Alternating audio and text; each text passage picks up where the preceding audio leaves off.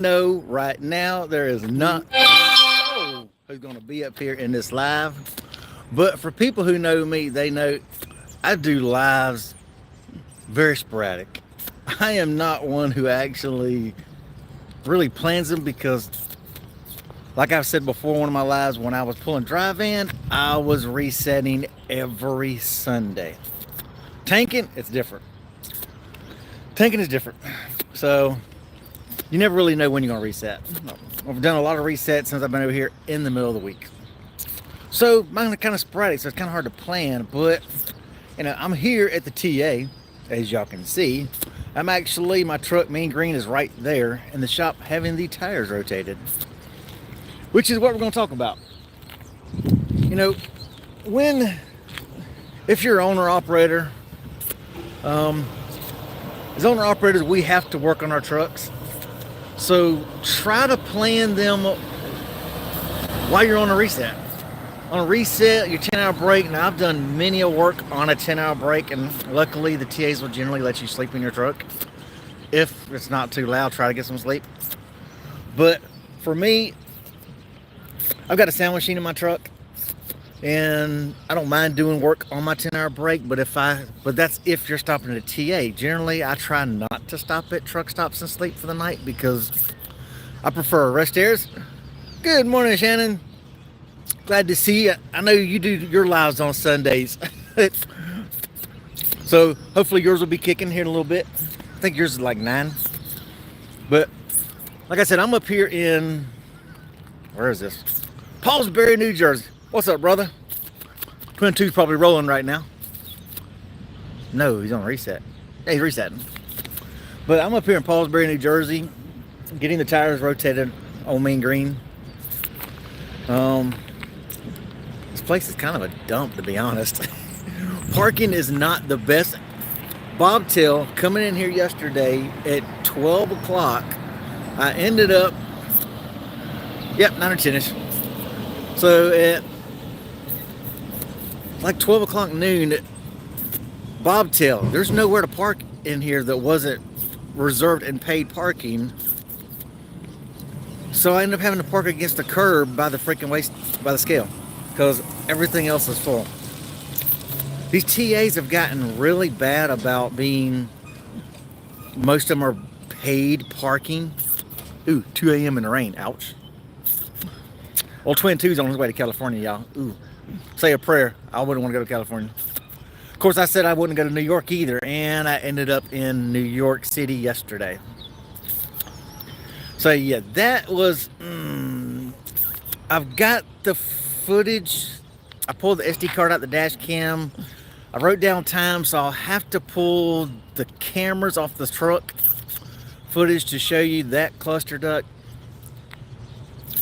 which is why I don't like to go to New York City, because a lot of it is truck route restricted. Truck restricted. One thing says you're fine to go here, then all of a sudden you're going down the street, and no trucks. I'm like, well, SOB, where do you turn? I mean, it said it was a freaking truck route, and now all of a sudden it's not. So we had an issue with that yesterday. Tight place trying to get in and unload at a water treatment plant up in Yonkers, New York. And then when I go to leave, I wish I would have filmed it. When I leave the water treatment plant in Yonkers, New York, there's actually, when you get up to the light, there's a sign that says truck route Interstate 87, turn left. Well, I came in from the right because I saw trucks on Google Maps. I saw them going down that it's a freaking U.S. highway. And then I turn off the U.S. highway straight on to the road that dead ends into the water plant. But part of that little road for like a couple blocks was truck restricted. Yeah, go figure. But leaving the water treatment plant, it said Interstate 87, turn left, truck route. Okay, you go there. And then about 4 blocks later, I'm looking on my Ray McNally GPS, and I'm like, okay, well, it says I turned up here in a couple blocks, but I don't see a sign saying turn on that road. It told me truck route this way. There's got to be another sign somewhere telling me to make a turn somewhere. Finally, I see it. It's about a 1 foot by 1 foot sign, real tiny, that says freaking, Interstate 87, go that way. You go that way, then you never see another single sign. I'm coming around a curve. I'm looking on GPS. I'm like, okay, cool. You know, there's a freaking because I've got my GPS on Raymond Alley set at 12.8. So my truck's actually like 12.7, 12.8ish.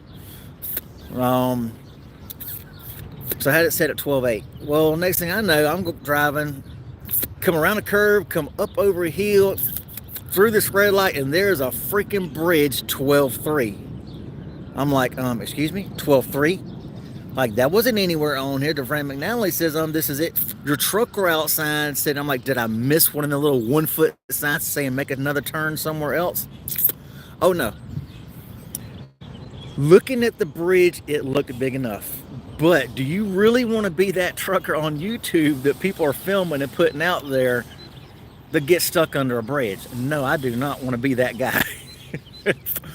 Luckily, right before that bridge, there was a little hotel that had an angled driveway going into it that veered off at a 45.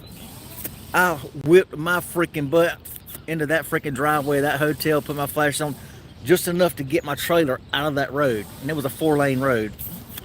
Freaking busy at that. Luckily, there was a light back behind me. I just come through. I tell every driver, keep tools on your truck. Please keep tools on your truck. I walked my butt down to that freaking bridge with a tape measure, put a tape measure on that bridge because it had the metal I-beams underneath it. I put a freaking bridge or tape measure on that, dropped it down to the ground. It was over 14 feet. Went to the other side of the bridge, measured there. It was over 14 feet. And those were the high ends because the road kind of dipped down and then come back up.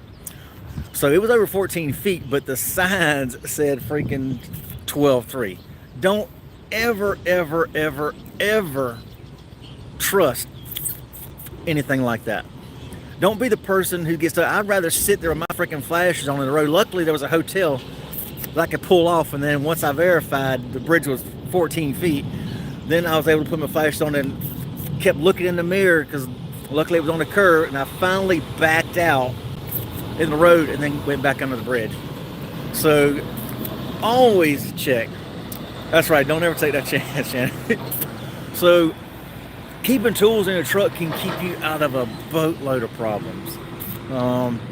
If I wouldn't have had that tape measure, I would have known for a fact because like I say, the sign says 12.3. Now I've heard a lot of people say, you know, New York is bad about not upping their bridges. They won't change the signs on the bridges. I mean, up your freaking signs. If the bridge is, you know, big enough for a 13.6 truck, update your sign. The sign can't cost that much. As much as you charge me $100 each direction on the George Washington go across, you can afford that little sign. Yeah, generally, Shannon, I won't go to New York. That's the first time I've been to New York, and I can't tell you how long. We generally don't go. We've never had stickers. But when they were talking about wanting to put them on this load, I had to hurry up and apply for the freaking New York Hut sticker for all 3 of my trucks. So now all 3 of my trucks have the Hut permit, waiting on the stickers to come in. So we are New York permitted now. But I did find out, my brother found out because we didn't know, that we need the Kentucky number too. We thought all that was covered over at C3 where we're at, but no, since we have to do our own IFTA, we have to get the freaking New York sticker, the freaking Kentucky sticker, Oregon sticker. So yeah, so now I got to apply for the Kentucky sticker. Luckily we haven't gone to Kentucky yet, but I need to apply for that tomorrow. But like I say, y'all, the whole topic of this live is Mean Green right there. I know a lot of people don't want to do on a reset. On a reset, they don't want to do nothing. I mean, I checked in here yesterday, and this is another thing about the sign of the times.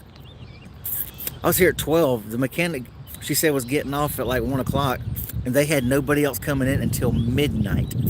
No other tech coming in until midnight. So from 1 o'clock till midnight, they had no tech here because nobody wants to work. She said, everybody keeps quitting. Everybody got free money and nobody wants to freaking work. So that's a shame. And another thing is they use one thing I suggest, if you are waiting for a call, yeah. See, Shannon, and I've got paperwork. I've got payroll, everything else. I've got reports, stuff I need to run. I got my driver's loads I need to put in the computer and everything. So I've got stuff I need to do too.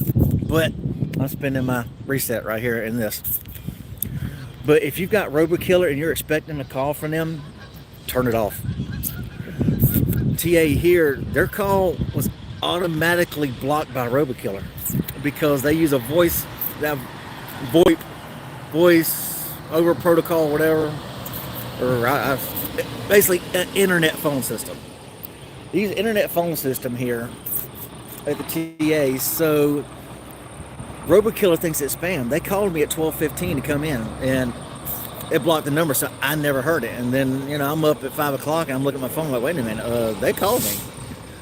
So I called them back, and they said, yeah, go ahead, come on in. Wasn't a single soul in the bay, so they rolled me right in, and he's rotating my tires now. But he's still on the first side. I'm having to rotate it front to back. He's still on the same side because of the halos.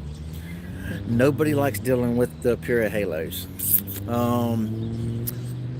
Because my truck, it's worse. The new trucks, the new halos aren't as bad because it's got a bracket.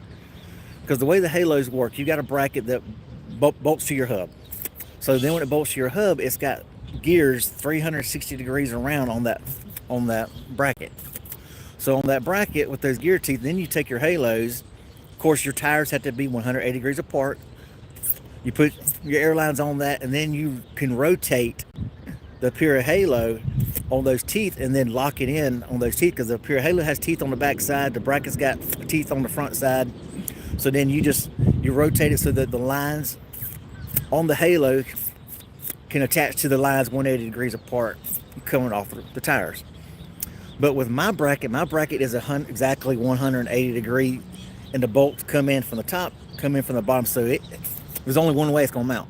It has to be exactly the way it is. So when they rotate their tires, that bracket and the halo has to go on exactly right, and those tires have to go on exactly with the holes at that exact location, because you can't rotate the pure halo. So at least the new brackets, they realize, hey, this is an issue, so we might need to fix this. So what I did, I took a paint pen and marked on the hub exactly, here's where the holes for the airlines have to come. The tires have to be lined up, so these airlines are right here with these hole patterns on these paint pens. Match them up. Just trying to save time. Anything you can do to help these guys speed up helps your bill. Helps them out. They're a little more appreciative when you do things like that. So I always suggest, doing something to speed things up. I wish I would have got my tablet so I could set the tablet up, but I have nothing to put my phone, to hold my phone up.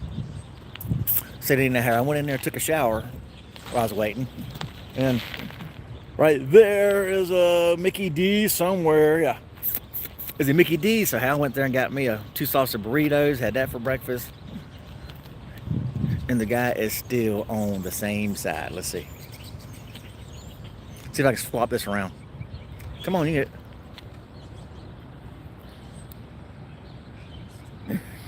He's still on that left side working, which he's been on that left side since I pulled it in at 5:15. So yeah, but it is what it is, y'all. But I'm getting it done. That's the important thing. It needs to be done. I've got 93,000 miles on these drive tires, so about time to get these puppies rotated. Still got good tread on them. But I noticed when I'm taking off and I start to go around a corner as I'm taking off, I noticed it starting to spin. I'm losing traction. So I'm assuming because those front ones are a little bit freaking lower down, because those are the ones that are always spinning, that are engaged all the time. So yeah, let's get the fronts moved to the back. The alignment has been okay on it. When that leaf spring got changed out, we did get a new alignment done on it. So I wasn't worried about rotating diagonal, just front to back is fine, because looking at the wear pattern on these tires, wear pattern is fine. So front to back is okay on these. Just get it so that the other one's a little better on height wise. But I don't know. Trucking's a game. It's a business. You get out what you put into it. If you're not going to do maintenance on your truck, you're going to have some hard times down the road. That's why I always suggest owner operators take the time to do your work. Don't be afraid to spend money. I've spent a boatload of money already in the last 3 weeks, and now here's more. But I keep on dropping more money. So you have to do things. You've got to spend money on your stuff. Let's see. Laundry, grocery, shopping, shower, paperwork. Yeah. I got my shower done. I saw there was a Walmart down the road, but I don't actually need to go there. The only reason I would want to go there is if I wanted like a dessert. But I've got some puddings, I got some applesauce in the truck. I do have some ice cream left in my freezer. Because those who are familiar with our channel, while I was in Miami, I did change it. Ooh, gear jammer. Oh yeah, I was in New York. It sounded rough there, gear jammer. But while I was in Miami, I did change out and put in a fridge. So I do have a full-size fridge. Well, I might as well say full. It comes up to your waist. What's up, honey darling? I don't need dessert. Well, we got Miss Cat awake. She's up. But I guess it's a waist-high fridge that actually has a separate freezer compartment. So in there, I've actually got the little thing of great value ice cream. I got chicken nuggets, I've got fries, I've got an ice tray in there, I've got some Totino's frozen pizzas in there, so I got some Hot Pockets in there. I got, let's see, I have one Ziploc bag left of chicken thighs in there because I bought a thing of chicken thighs and just separate them in Ziploc bags and put them in there so I can thaw out. Plus I got instant mashed potatoes with the air fryer, microwave, convection oven thing that I've got in there. So I've got stuff to cook. We can save a lot of money on the road by not constantly eating out. But now when you're fueled with the TA, what's up, David? It's it dead. Listen to him. Oop, on the train. David loves them Amtraks. I was at the water treatment plant yesterday. Amtrak went by because the train tracks are right on the edge. There's the fence line, and I'm sitting there as I'm driving back to the unloading station. I'm sitting there watching the Amtrak go by. It's pretty cool. But we can save a lot of money with the TA and Petros. You get credits if you're Gear 4, so you can use those credits the next month if you're Gear 4 for either every time you get fuel, get 60 gallons. You earn a credit. You can use it for a $17 food coupon. You can use it for a shower, or you can use it for reserve parking to pay for parking. So that's one good thing about the TA that I like using. Plus you get the points. You get 4 points for every gallon, so each point is a cent. So right now I got like $235 in points that I can use for anything at the TA. Plus I've got credits, so I always try to, if I can get fuel every single day. Now as Platinum, you can actually earn 2 credits a day with Platinum. So you'll actually be able to earn 2, so you can shower 1, get something to eat with the other credit, if you want to, which is good. So, I try to look over things. And also with the reward cards, with these truck stops, a lot of drivers, they look at fuel price. Well, here's the fuel price. Okay, well, I'm getting this. This gas station over here is cheaper than this one here. Okay, yeah, what, it's 4 cents cheaper? Okay, 4 cents cheaper. Okay, but it's a mom and pop. So, but do you get any reward for that, or is it just 4 cents? Well, it's 4 cents, but it's still cheaper than yours. Okay, well, I get 4 cents for every gallon, so now that's even. Because I get 4 cents per gallon in points on my reward card that I can use on anything in the store. So now we just even out the playing field. Okay, now take that credit I get for either a shower, a $17 meal coupon for $17 worth of free food, or reserve parking. Some of the reserve parkings are up to $22, $25. So now who's coming out better? So you can't just look at price if you're an owner operator. You have to look at all things in conjunction. You gotta look at bottom line. And a lot of owner operators, they can't see that. The only thing they can see is numbers. Now, me and my brother, we had a problem with that on trying to hire someone. Someone was looking at, well, yeah, but this owner operator pays me this percentage here. You're only wanting to pay this percentage.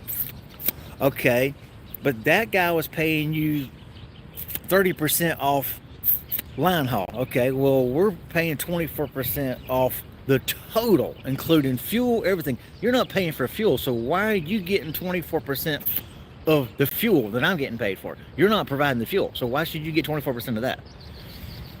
And also, a lot of them, they only pay 30%. I say these owner operators pay 30% line haul. Now, are they paying you 30% off the gross line haul or 30% off the line haul that they get paid from the carrier they contract with? So some drivers, they couldn't comprehend that when you break down the numbers. Only thing they hear is they're being paid 30% somewhere else and you're only going to pay 34%. But you break the numbers down and show them, okay, dude, you'd actually make, about $1,000 a month more over here with me the way I pay as opposed to the way that guy pays. The only thing they hear is they're getting paid 30, you're only going to pay 24%. They can't hear anything past that. That's not good business. Someone like that will never make it as an owner operator. They'll stay a company driver and they'll never grow anywhere else because they can't see the big picture. They can't look past their freaking nose. I mean, they got that tunnel vision, I guess you can say. They're looking at the car right in front of them. They're not looking over here, they ain't looking over there. Yeah, I know, brother, man. Get you some sleep, man. Yeah, he's still on that same side. Still on side one. I hope they ain't charging me by the hour for a tire rotation because this dude is dragging it out. He's a kid, though. Young kids are, he said he's never seen Halo, so I get it. But anyway, I'm gonna tell like everybody else, y'all. 9 people watching, only 3 likes on the video. Y'all hit the freaking like button. Come on, man. Let's smash the like button. Let's see them likes get up. Y'all know Wildbeard's big on smashing that like button. Everybody's big on smashing that like button. But I just want to talk to y'all a little bit about, what this weekend's been like.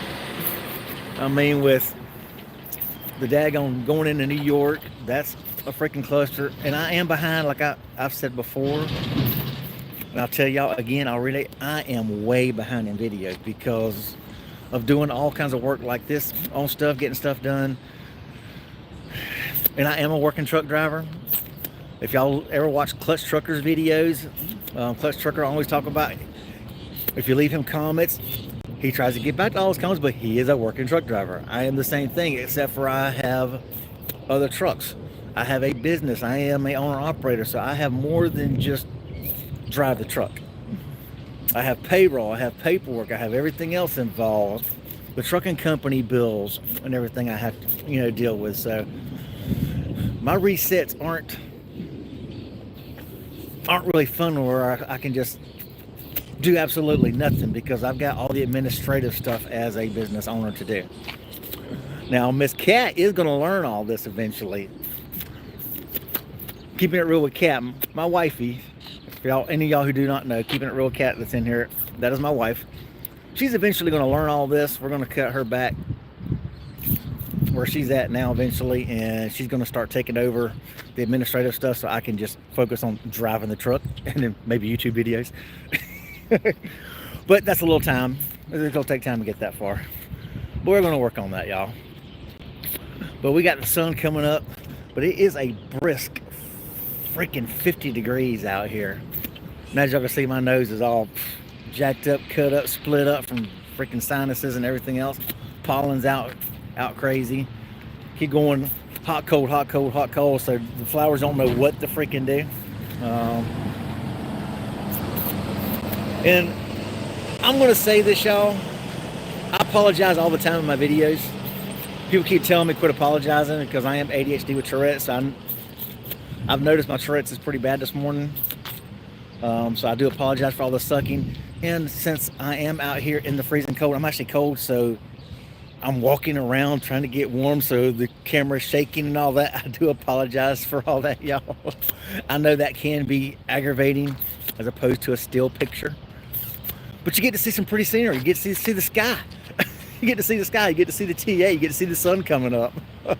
So there's the positives, right? There's the positives. There we go, y'all. Purple. That is my favorite color. I actually wanted a purple Coronado. And as y'all can see, I actually got a purple shirt on. But I wanted a purple Coronado, but they could not get one. I got mine from Fitzgerald. They weren't going to have one coming in for about 6 months. I'm like, oh man, I want that purple Coronado. But I wanted to hurry up because they were talking about outlawing the glider. So I'm like, no, I've got to get. So I ended up, plus, you get that tax break. So I went ahead and got it, the green. I didn't want the other colors. Green kind of stands out, so I got the green. And she can help you with it. Oh yes, and it will be nice when she can help me out with the business. I know, baby, I know. Oh, Nelson, what's up, my brother? We got Nelson down there in Miami. Nelson's a good old guy, y'all, man. We love working with him down there, running caustic to the cruise ships. Excellent dude, y'all. Excellent dude. We're hoping to get back down there, Nelson. We're hoping. That's all we can say. That's all we can say right now is we think there's a chance. We hope it comes through. We hope we get back down there to get to see y'all down there in Miami again. That'd be cool.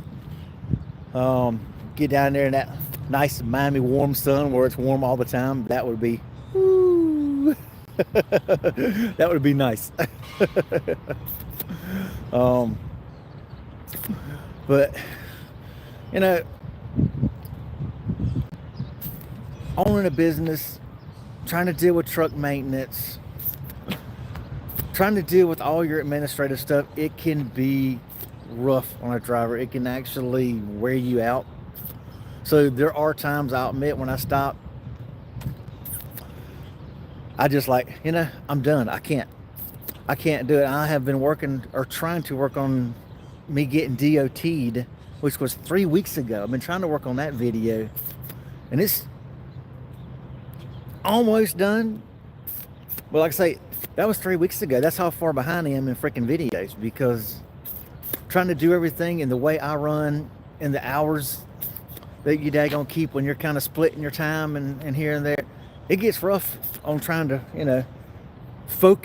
sit there and focus on putting a freaking video together. It is rough. So, we actually have an accountant that we do the main paperwork with, and then we send it all to an accountant, Shannon. But I've got, let's see, Trucking Pro software that we use. So we actually input everything into the software, into the program, which categorized so I can see it all in real time of what I'm spending on everything. And then from there, then we actually get everything, all the reports and everything, and all the receipts and invoices and everything else. And then we send that to the accountant. But I want to be able to see in real time what the truck company's doing. So all 3 of my trucks, they all have laptops, laser printers, internet queues, 5G internet queues with Verizon with 300 gigs of data, so they can all scan all the paperwork in. I actually have TransFlow, so my drivers can TransFlow me their paperwork. Now, for the company that we contract with, you scan all the paperwork in on the e-log. It's got the tablet e-log, and you just scan the bill of lading on that, and they don't even need you to send in the paperwork. But I still want it because I enter and I keep the digital records of everything in the program, so I still want them to send it to me. So we actually have TransFlow. Each of the trucks are set up with the laptops and attached to the laser printers, all-in-one scanners, where they can just open up the TransFlow app right there on the laptop inside the trucks. They don't have to even go to a truck stop to scan it in. They can just throw the stuff in the freaking scanner, sheet feed, and bam, it TransFlows it all straight to me. So I like that. I try to make things easier on the drivers. Makes it easier on me because they can just do it right there from the truck and send it straight to me. They ain't even got to get out and find a truck stop. But I like to have all the digital records of everything. I still got all the e-logs because I download my freaking logs. I've still got, everything of everything I've done, digital records. Everything's backed up on Google Drive. Had to pay and update my Google Drive to like 200 gigs. So every business thing is backed up. And of course, since my trucks have internet, everything is constantly being backed up all day long. So as soon as I make any change in the trucking program, like if every time I cross state line, that's entered in on the program. Every time I get fuel, that's entered in. So that's automatically backed up on Google Drive in that database file. As soon as I enter it in, man, it automatically re-uploads the database file all over again.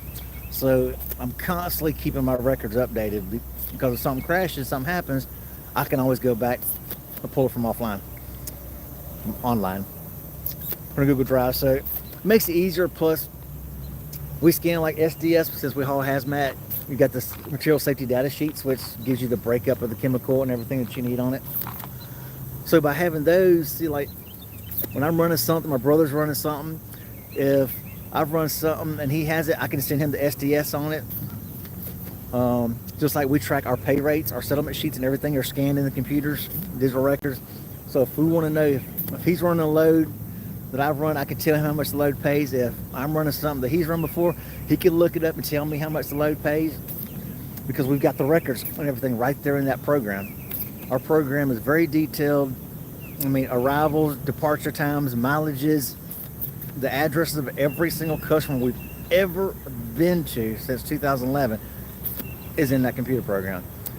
Every customer I've ever been to, shipper and receiver, is in there. Every tank wash I've ever been to, it's in there. What the time we got there, the time we left, the mileage for loads, pickup numbers, everything's in there that we put in. Plus every bill of lading is scanned in under that load. So we keep very detailed records. But it just makes things easier. Woo. Now check this out. Look it around, come on. Now that's a thing of beauty right there.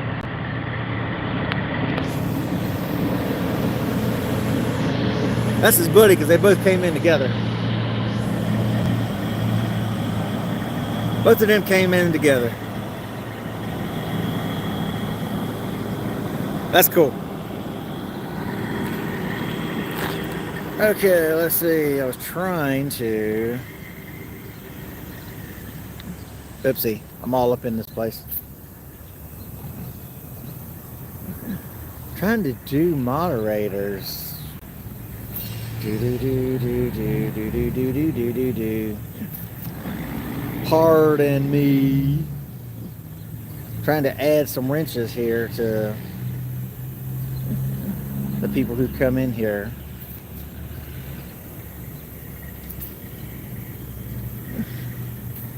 To my lives all the time, so y'all will know. Guess it's gonna take a while for someone to show up. Do. Okay, there we go. Jeremy Griggs, what's up, Jeremy? So hopefully all y'all are doing well out there. I think maybe he's done with the first side. Man, what time is it? Let me see what time it is. Ooh. Over 2 hours to rotate one side, and he's still got the other side to do, y'all. My gosh, I'm gonna be frozen by the time this guy gets done. I probably should have went in there and got a jacket. Maybe when the sun gets up a little higher, it'll get a little warmer in here, but it's still pretty brisk out here. Oh, Florida, man. I'd love to be back in Miami in that nice, good, warm heat. I mean, now granted, we did a lot. We were running the caustic down there in Miami to the cruise ships. By 7 o'clock, you're drenched in sweat by 7. But I would rather be warm than cold. Now me, I actually have a HP all-in-one, I think it's the 4823 HP in my truck. Now my driver's trucks, I got a Brother Printers in their truck. I think the 2790 MFC 2390, I think is what it is on theirs. I know in mine it's the HP like 48 something, but on my printer it'll scan both sides at the same time and it'll print both sides, whereas the Brothers, You have to scan one side and then flip it over, and then put the other side in and scan it to do two-side scanning. But mine will actually scan both sides because I'm the one who's doing more scanning than they are. Because I'll print, sometimes I'll get stuff. Since I scan SDSs in, some of the SDS sheets actually come printed on both sides. So since I want to keep the digital records of SDS, I like having something that'll scan both sides at one time. It just saves time. And I know a lot of people don't want to spend the money for a laser printer because laser printers, you really need to have good power inverters because they do draw a boatload of power. Which I actually have a 5,000 watt power inverter inside my truck. It's a 5,000 watt pure sine wave power inverter. Let's see now, mattress. I actually don't remember what mattress I have, but it's like a 12-inch mattress. It's pretty thick. Now my drivers, I still have a factory mattress, and theirs with the plastic on it. But then I did get them 4-inch mattress toppers for each of the drivers to help, because I'm not going to constantly. Who wants to go out and spend like I spent $800 for my mattress? Who's going to spend $800 for a mattress for company drivers who you never know if they're going to stay? So I do at least get the 4-inch mattress toppers. I mean, you can get those for like, $100, $150 for a good 4-inch mattress topper with the washable cover and all that. So you can get something like that for the drivers to help with the factory mattress. Because I know my bed, it is hard for me to pick my bed up because in the Coronado, to get under the bunk good, you can lift the freaking mattress up. Well, that sucker, it about break my back trying to lift the mattress up. Now, of course, another thing about my Coronado is that I have a 43-inch TV in my Coronado that goes literally from the cabinet all the way to the back wall. And it comes literally like maybe 6 inches over my mattress. And now the Coronado sucks the way they did it. I'll be honest, Coronado, it's a piss poor design the way they did it. The bed, the way it lifts up. Because none of the mattresses go wall to wall. There's like 12 inches between the end of the mattress and the end of the freaking bed. But now, like in the Peterbilt, the 579s that I have for the company drivers, well, you've got that back section there actually has a tray, and that part is stationary. So when you lift the bed up, the tray stays there, but then the bed comes up like 12 inches from the wall. Well, my tray comes all the way from end to end, from side to side of the inside of the truck. And that's where the freaking hydraulic jack is. It's on the very ends of it to hold the bed up. So there's no way to cut that and then still have a hydraulic jack to hold the freaking bed up. So when I go to lift it up, well, that hits the bottom of the freaking TV. So I can only lift my bed up so far before it hits the TV, so I can barely get underneath my bed to get anything.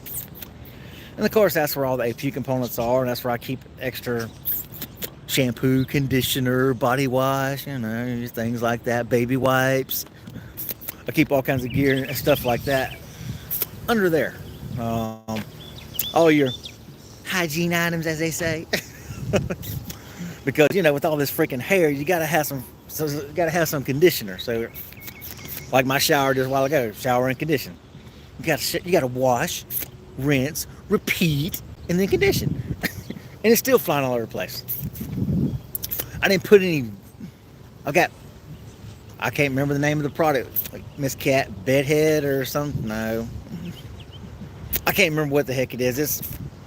It's some product that she gave me to put in. I didn't put that in there. I'm like, okay, I'm gonna wait until tomorrow when I wake up, because Bedhead's gonna freaking just tear my head up sleeping on it. So I figured I'd use something different.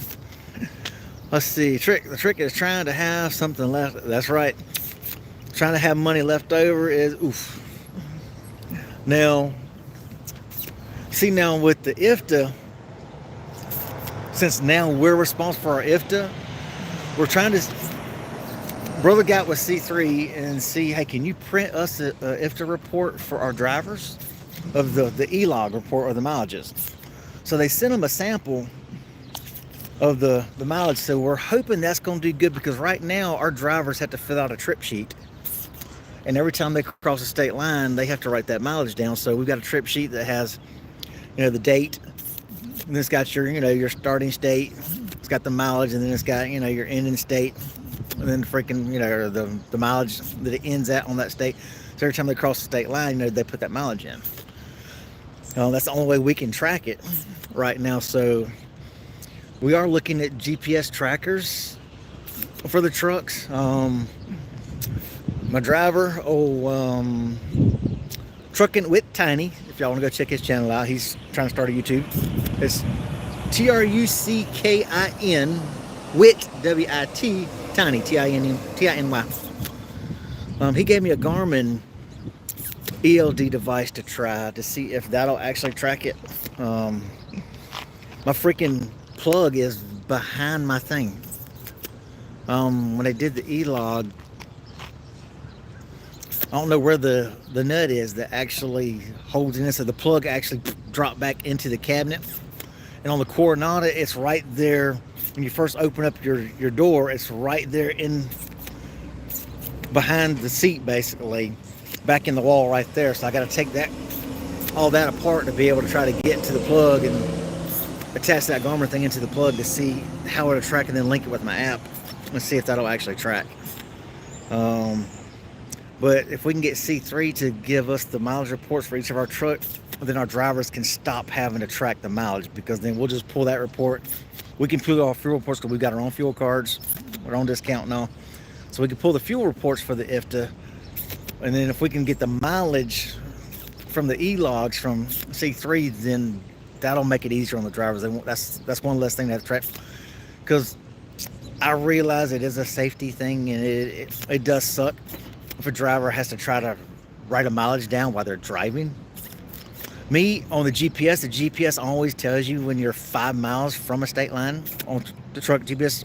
My company trucks have the Garmin OTR 1000. The other one's got an OTR 1010. I've got the Ramic Nally 10-inch GPS in my truck. So they all tell you, when you're 5 miles. So it gives you 5 miles. So all you do is look down at your dash. Okay, I'm add 5 miles to right here. That's the state line. So you got 5 miles to do it. And just as soon as you get to a nice, good, clear, straight spot, just jot it down real fast. Or you can even take your phone and just take a picture of the odometer reading. So that's something, but we know that's not really feasible. Well, shall we say, it's not practical and safe. Every truck driver does it. Every truck driver writes something down while they're driving. Every truck driver touches their phone. If they say they don't,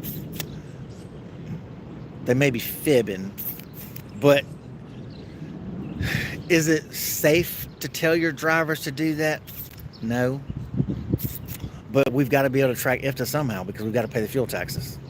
So we're hoping, getting the mileage from C3, we're hoping that'll alleviate that, so that maybe the drivers will feel safer about it. Driver retention is a big thing. You have to offer things. In a sense, we are small. We can't offer much. I mean, we do pay 30% of the gross line haul. Not say the gross line haul that C3 gets paid from the customer, say it's $3,000. Well, C3 pays us 70%. So C3 takes 30. Well, we don't pay our drivers 30% of the 70% we get paid. We pay them 30% of what C3 gets paid.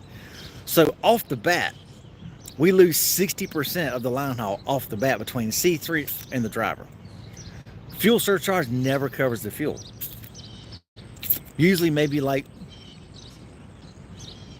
it can come close to covering maybe about 70% of the fuel.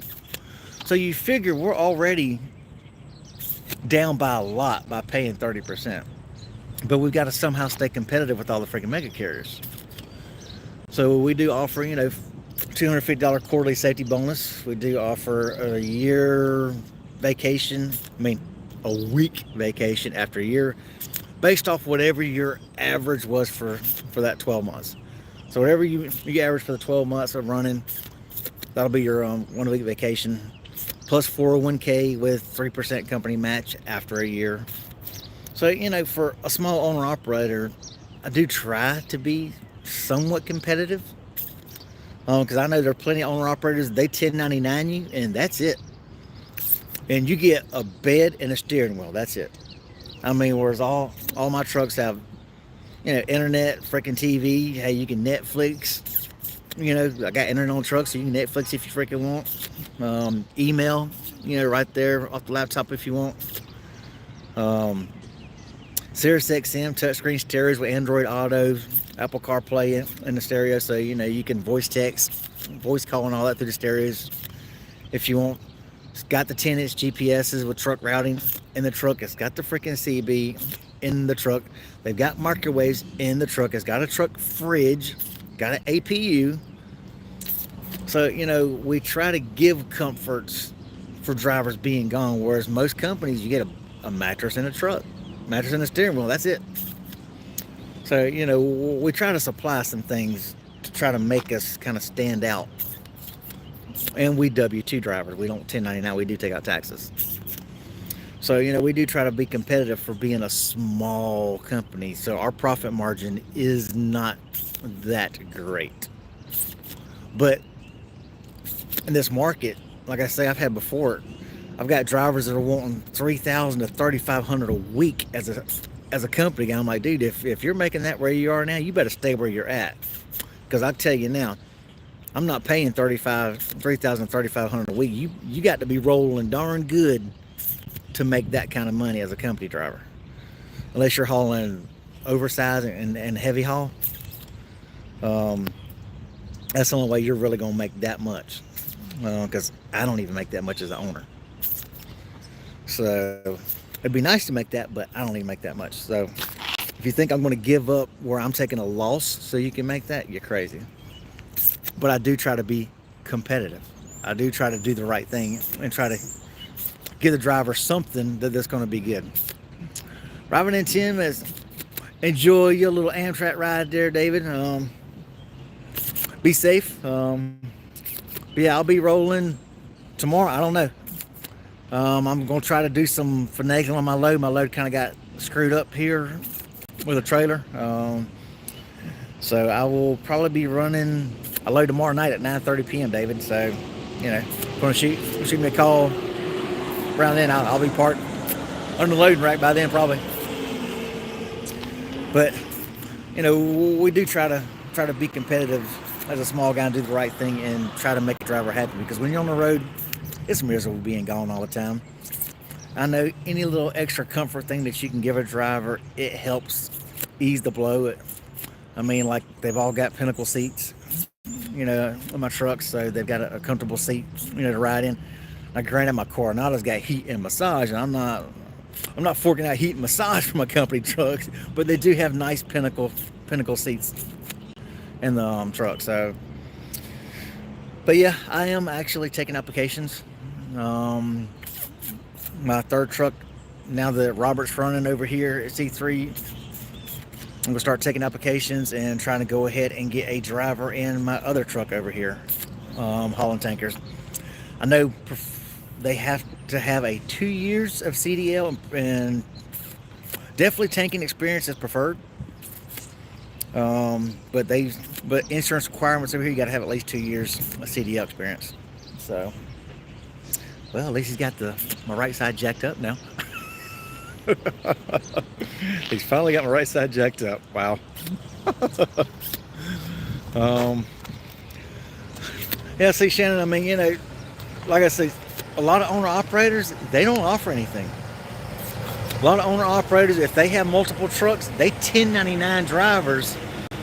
And I don't want to be that guy, because I actually was that guy. I was 1099'd, and when I got divorced, and I ran my butt off, and then turned around and had to get me another place to live, furnishings and everything else for the kids when they come over. And I didn't realize I made that much freaking money, and I mean, it freaking went kaput. I got hit. They did my tax. I'm like, what do you mean I owe 23,000 in freaking tax? I'm like, you know, fell and bumped your head. They did my tax and come back and said I owe 23 in taxes, 23,000 because I was 1099. So I will never 1099 a driver because you know you're going to run thinking you're not having taxes taken out. You're not thinking you're going to get hit that hard, and then when you do get hit that hard, it's a major sticker shock. Now, granted, the average company guy out there 1099, they may only owe like 7, but as an owner operator, I bought an old truck the first year I first started out. I bought an old POS. So it didn't take me long to pay that truck off. I mean, it was like a 96 Freightliner FLD, a little itty bitty old thing that I bought from the company. And I ran my butt off. I mean, I ran hard trying to, support everything. And I didn't realize I made that much because I didn't see it. Because physically in the bank, I'm like, I ain't got nothing in the bank. Well, why do I owe this much? I ain't got no money. Well, yeah, I was spending every dime I made because I was 1099 going to me. And I was putting it, buying everything that I needed, refurnishing a place for, me and the kids. So I'd hate to do that to a driver. So that's why I W-2. I W-2 drivers because I'm not going to have them get hit in that. And generally drivers appreciate that and would rather come into someone being taxed so they don't get hit like that. I just think that's wiser to do like that. Call me nuts, but I just think that's wiser. Let's see, my company drivers can't be 1099 anymore. They had to be an LLC. But now is that AB5, Shannon? Wasn't that just California that did that? I know Mother Trucker put out a video talking about that, but I don't remember if that was the final ruling on that or not. I think that was just in California that they had to, be technically employees or whatever. So, because I know that's why a lot of like Landstar and other drivers like that, they actually had to leave California, cancel their contract or move. Which is another reason I'd never live in California. My truck's not even legal. None of my trucks are legal to go into California. So I ain't gotta worry about that. But don't California the rest of the country. Clearly the policies in California are not working. They are failing. They're failing miserable. I mean, their deficit is so bad. I mean, they're constantly begging the federal government for money. Everybody who can move out is moving out. Businesses are moving out, and now they just passed that tax. I think it passed where they want to, or they're talking about it, where they want to tax you based off your projected money, tax you on your power bills based off how much money you make. So if you make a certain amount, they can tax you on your electric bill more because you make more money. Now, is that not insane? That's absolutely sickness that you can be taxed on a power bill based off how much you make. What is this? Income inequity, for a freaking pay scale now. I mean, people who do not know the movie Atlas Shrugged, there's part 1, part 2, part 3. Watch the movie Atlas Shrugged, especially part 1. What happened in that movie is exactly what's happening in society today. They are trying to take from the people, from the producers, and give to the non-producers, and eventually there's going to be no benefit in producing. There's going to be no benefit in producing. Do.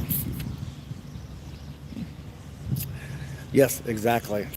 With those profit margins and those percentages, cutting it close there, Gear. But you're trying to keep good drivers, and if, like my driver now that I've got, he was pulling my dry van. Now, he went home on February 9th, I believe. 8th or 9th he went home. Well, then we put the truck in the shop. Had the truck and my dry van with the annual DOT. Well, The brakes were a judgment call. He's like, it's close. He's like, we can legally pass it right now with the brakes, but they're going to need to be done soon. And if DOT stops you, if you get a jerk DOT, it'd be a judgment call. But legally, you're okay. I'm like, no, replace them. So I replaced all the disc brakes. Anderson Truck and Trailer and repair in Augusta, Georgia. Y'all, they're great. If you're ever in Augusta area, need something done, look them up.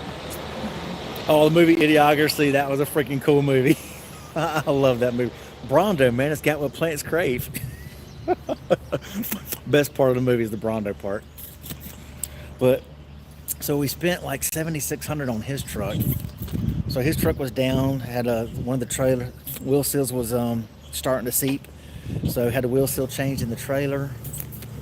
DOT had, when the light box got jacked up on the front of the trailer electrical box out in Baton Rouge back in November, had to have a road call come out. All they should have done was just change out the plug, because the plug got broken on the electrical box on the front of the trailer. This guy changed the whole freaking box and everything, jacked it up. I mean, it looked like shit. All he had to do was change the little like $12 electrical plug that you can buy in a truck stop and change out. And he absolutely jacked it up. So Anderson fixed that, put the box that's supposed to be on it, wired it all back in, got that all set up. All disc brakes. The heater wasn't working good. Well, they checked that out. The freaking heater cores are all clogged up. Looked like somebody had run stop leak through the system, so basically clogged up the heater. So the heater wasn't blowing good for Robert and them, and they went out to Washington State. So they were it got a little tad cold out there, and they didn't have good heat. I said, look, underneath the bunk, as soon as you open up the side box door on the driver's side, right there to your freaking left, there's a fuse box. Open that door on that fuse box. You'll see the white line coming from the APU with a fuse on it. Pull that out. You can run the APU while the truck is driving. Put the freaking heat on for that if you need heat. Until we can get that looked at and get that straightened out, pull that fuse. If you get cold, you pull that fuse and you can run the APU while you're driving for heat. So they got that fixed. Something else and something else. So we did good, y'all. So we got that fixed out. But it was like 2 weeks for all that, trying to get all the work done on the truck and the trailer. So Robert was down. So I paid him. Granted, it was not much, but I was paying him $500 a week to sit home. Well, then we were moving over here to C3. Well, we thought we could get him started earlier. Like the first Monday in March. Well, ended up not being able to get him started till the 11th. So I paid him for that too. But so I basically paid my driver $2,000 to sit home, because when you get a good driver, you want to retain that good driver. So I was at least paying him $500, and he's home with his fiance. Now the last 2 weeks I said, hey, look, we'll do this here, because like he just started this past Monday. So I'm like, well, I'll do it this way, because the way it works at C3, you start on Monday. We get paid every Friday direct deposit, but it's 3 Fridays from the Monday you start. Like you start this past Monday, it's going to be 2 Fridays, or 2 more Fridays. One Friday already passed. It'll be 2 more Fridays before we see the first check. So he started on the 11th, and the first paycheck from him is going to be on the 29th. So I'm like, look, now that you've already started, we'll do this here. Since our pay periods are a little bit behind, I'll pay you the $500, plus I'll give you a $500 cash advance towards your work week. So for 2 weeks, I'm paying them $500 to sit home, which is on me. Then we'll do a $500 cash advance for 2 weeks. And that way he's got more, so he'll be getting $1,000 a week to help, with bills, because I know $500 is not much. And then I'll just take out $100 a week, until it's paid back. He's absolutely fine with that. So, a lot of owner-operators won't do that either. But when you get a good driver you like, you need to do what you can to retain them, because good drivers are hard to find. And especially in this market, good drivers are hard to find. Ones who will take care of your equipment, who won't dog it out, who won't treat it like crap. I mean, who believe in, they're trying to maintain it, keep it clean. Ones who will actually run and not want to just sit. So, like I say, I'm just a little small guy, but you do what's best for your company. Sometimes you have to bite the bullet and take a loss, a short-term loss for a long-term gain. So, but now that he's running, I'm going to have to get my third truck running because we bought that in March of last year because we were supposed to have some contracts that were lined up and set in stone. So I bought a truck, my brother bought a truck last March. And then we were put on a hiring freeze because the contract didn't happen. But we were told they were set in stone. It was a done deal. We needed trucks, we needed drivers. So my brother both got trucks. And then we couldn't put drivers in. So I've been paying on the truck since March of last year. I'm paying insurance for a P579 with no driver. So I've got to get that thing up and running here soon. So anyway, y'all, I have rambled on way long enough. We appreciate y'all coming in. I know I'm a hard watch. I will forever say that because that's how I feel. I know I'm a hard watch. I know this vibrating and this shaking around on my phone is rough since I'm out here with no tablet or nothing, just my phone, and it's cold, so I'm shaking around. So I do apologize for that, y'all. For those who have stuck with me here for all this, I appreciate y'all sticking by. Appreciate y'all coming in the live. But y'all, for those who do not know, y'all go check out Shannon. Check out her channel. She's doing a live. Today she's live every Sunday morning, so y'all go check her out. Anybody else here in the channel that does things, hey, y'all shout out, your channels. If y'all are doing any lives or anything, and throw your channel names in the comments or anything to have people go check out yours. I believe in supporting the small channels. I know everybody always promotes the big guys. I'm still a little channel, so hey, I believe in promoting the little guy. I mean, of course, no Wildbeard, and I'm a big Wildbeard fan. Clutch Trucker, I mean, I've met him, a couple times. Me and him, I went to his house and all, so hey, I like Clutch Trucker. Me and Wildbeard, hey, we had dinner together. Chase Roadhouse one day, so 806 driver out there in freaking Texas. Hey, me and him met. So, I've met Justin with Just Trucking. So, I've met a lot out here, but I like the small channels because of small people. It's like a small business. We're all small business people out here, so we love to support each other. So, hey, if y'all know any channels, shout them out in the comments. After the video's over, put comments with your channel in there. And they'll say, hey, y'all come check out my channel. We'll throw a link in there to your channel. Please do it. I mean, we all need to support each other. That's how we kind of... YouTube's a little extra income. I'm very transparent. I average about maybe $80 a month from YouTube revenue. Woohoo! $80 a month. I've got it set to not pay me until I hit the 3,000 mark. I haven't got paid yet. But, hey, we're growing. Any little extra income helps a truck driver out here. So y'all support your channels. Hit the like buttons, hit the share buttons, subscribe, all the good stuff. And we'll catch y'all next video, y'all. Peace out.